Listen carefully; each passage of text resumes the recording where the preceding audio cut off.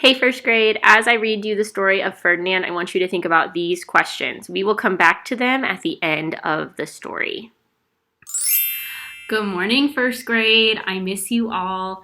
I hope that you have been keeping up with your at-home learning, getting on iReady when you can, reading as many books as you can. Maybe we're practicing our sight words, we're writing in our journal. Any of these things are awesome and perfect and will really help you keep up your learning while we're not at school.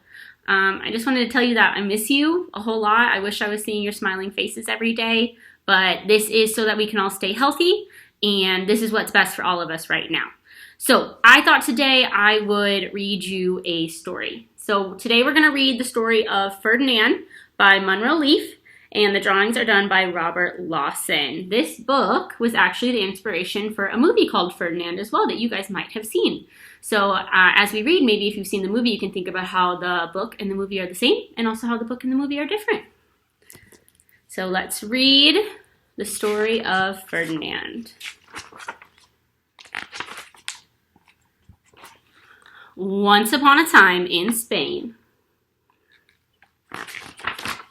there was a little bull, and his name was Ferdinand. All the other little bulls he lived with would run and jump and butt their heads together. But not Ferdinand. He liked to just sit quietly and smell the flowers. He had a favorite spot out in the pasture under a cork tree.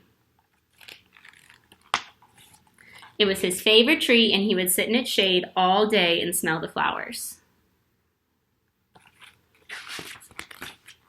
Sometimes his mother, who was a cow, would worry about him. She was afraid he would be lonesome all by himself. You see him sitting right up here underneath the tree, all alone.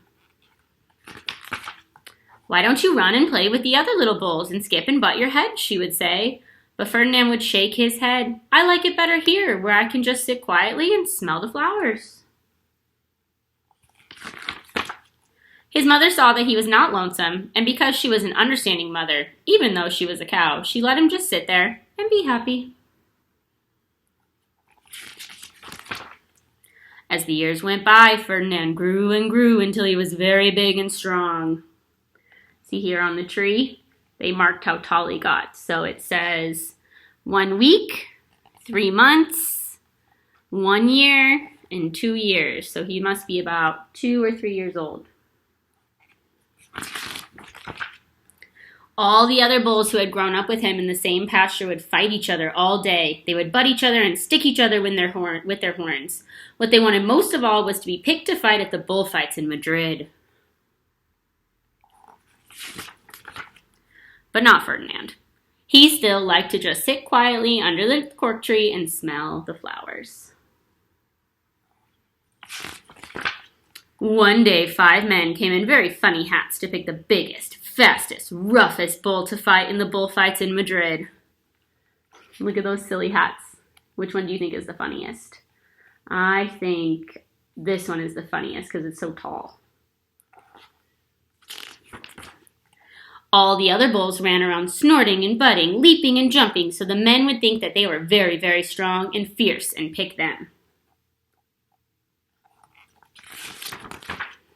Ferdinand knew they wouldn't pick him, and he didn't care, so he went out to his favorite cork tree to sit down. He didn't look where he was sitting, and instead of sitting on the nice cool grass in the shade, he sat on a bumblebee. Uh-oh, I wonder what's going to happen. Well, if you were a bumblebee and a bull sat on you, what would you do? You would sting him. And that is just what the bee did to Ferdinand. Look at his face. He doesn't look very happy.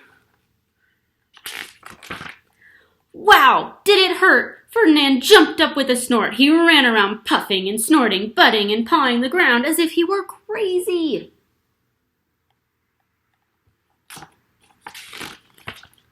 The 5 men saw him, and they all shouted with joy. Here was the largest and fiercest bull of them all, just the one for the bullfights in Madrid.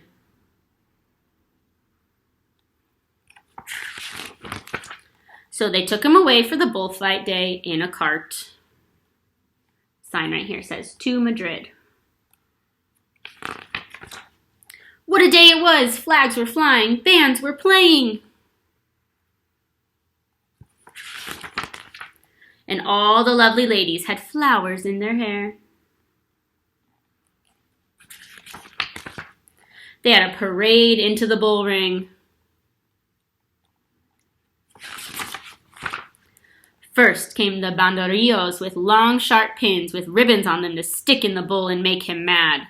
That doesn't sound very nice. Next came the picadores who rode skinny horses and they had long spears to stick in the bull and make him madder. Oh no, I'm getting a little worried about Ferdinand. Then came the Matador, the proudest of all. He thought he was very handsome and bowed to the ladies. He had a red cape and a sword and was supposed to stick the bull last of all.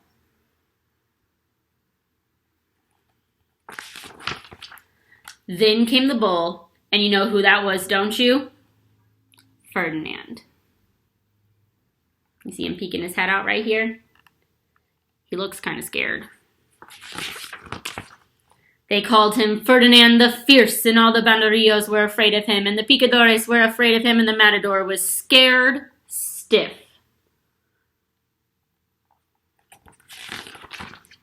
Ferdinand ran to the middle of the ring, and everyone shouted and clapped because they thought he was going to fight fiercely and butt and snort and stick his horns around.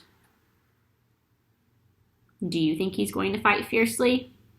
I don't know. But not Ferdinand. When he got to the middle of the ring, he saw the flowers and all the lovely ladies' hair, and he just sat down quietly and smelled. He wouldn't fight and be fierce no matter what they did. He just sat and smelled, and the banderillos were mad, and the picadores were mad, and the Matador was so mad he cried because he couldn't show off with his cape and sword.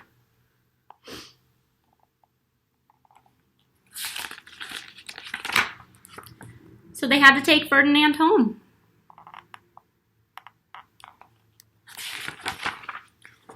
And for all I know, he is sitting there still, under his favorite cork tree, smelling the flowers, just quietly. He is very happy.